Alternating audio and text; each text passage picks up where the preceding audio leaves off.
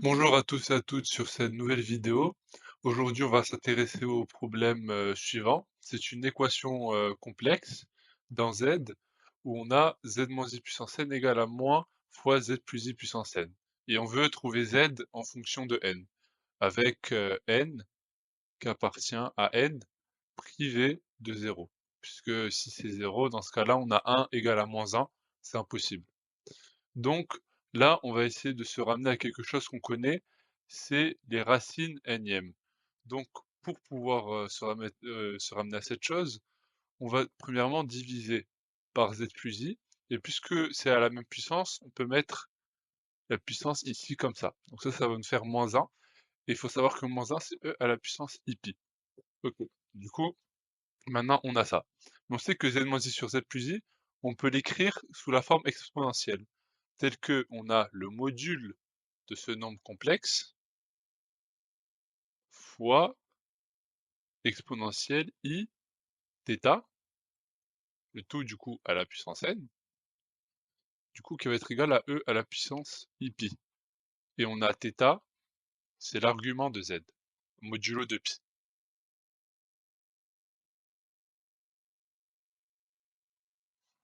Une fois qu'on a ça, puisque c'est un produit, on peut distribuer la puissance.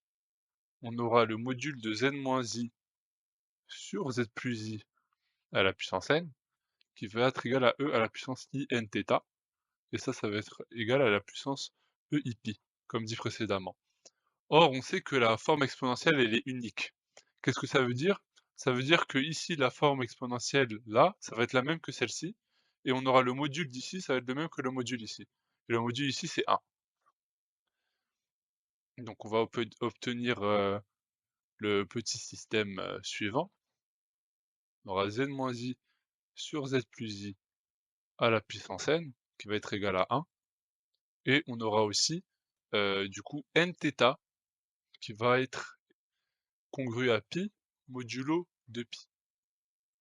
Donc, euh, là, c'est simple.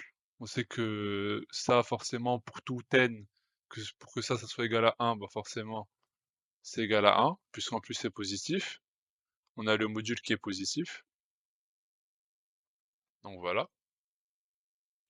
Et, euh, et du coup, on aura aussi θ. On va transformer ça en égalité normale. Du coup, on aura pi plus le, le modulo ici, on va le transformer en plus de kpi.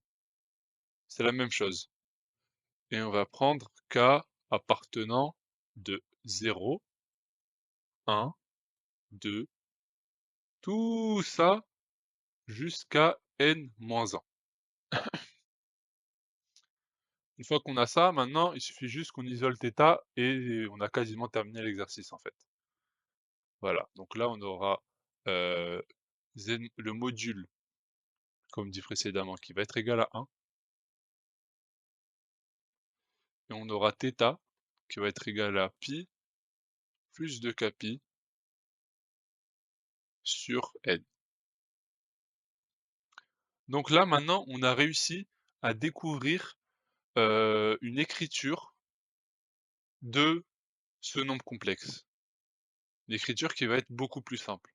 Donc du coup, maintenant, on sait que z-i sur z plus i, eh ben, c'est 1, parce que le module c'est 1, donc fois l'exponentielle de ça. Et à la place d'écrire ça, je vais juste mettre θ, puisque ça va être beaucoup plus lisible.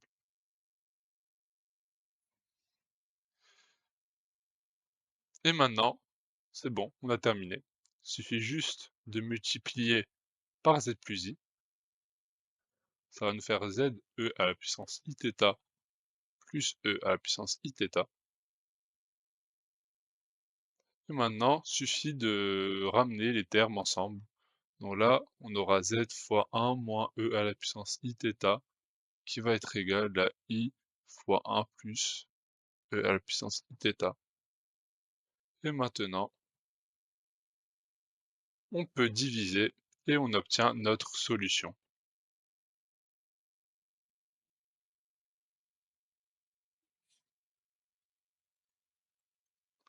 Donc voilà, c'est tout. Maintenant, on sait que dans tous les cas, Z pourra s'écrire sous cette forme.